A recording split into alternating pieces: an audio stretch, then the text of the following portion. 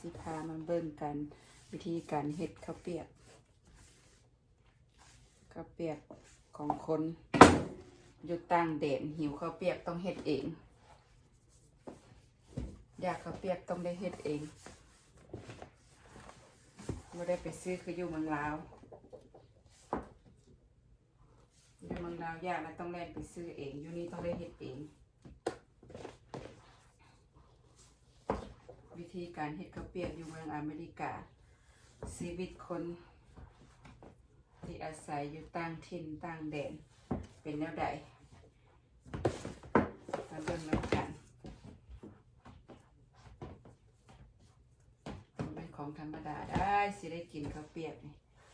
มันเป็นของง่ายๆได้สิได้กินข้าวเปียกชีวิตต่างถิ่นต่างแดนบ่ได้แม่นง่าย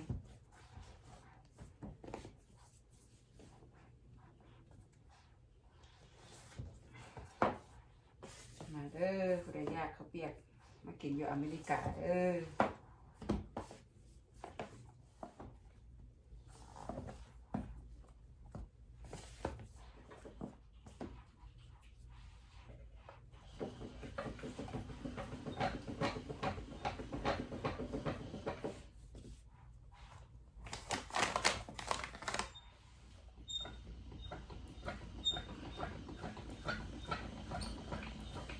มาแบบนี้เล็งแล้วและมาตัดเป็นต้นกันตัดเป็นเส้นนูโดตัดเป็นเส้นข้าวเปียก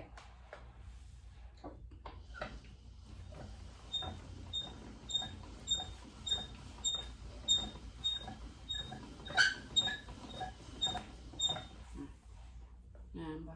เส้นข้าวเปียกงามอ้อยซอยบ้านอยู่เมืองลาว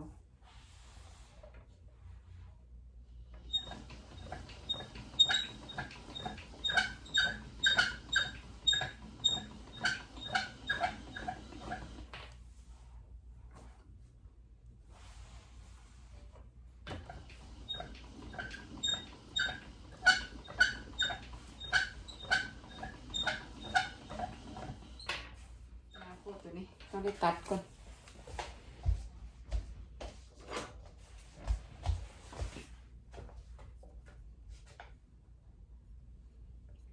งาใบกระตัดแบบนี้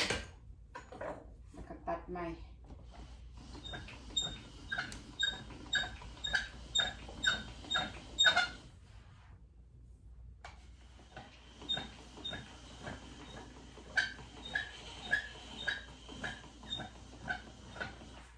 เป็นโต๊ะเห็ดข้าวเปียกโดยเฉพาะต้องมีโต๊ะเฉพาะ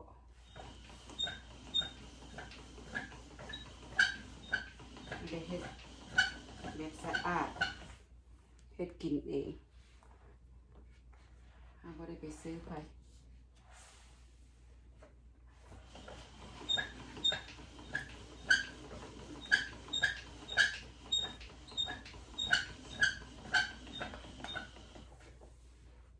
บ่เส้นข้าวเปียกคือเส้นอยู่เมืองลาวบ่สิอีกกล่องนึงหลายเท่านั้นหลายคนกิน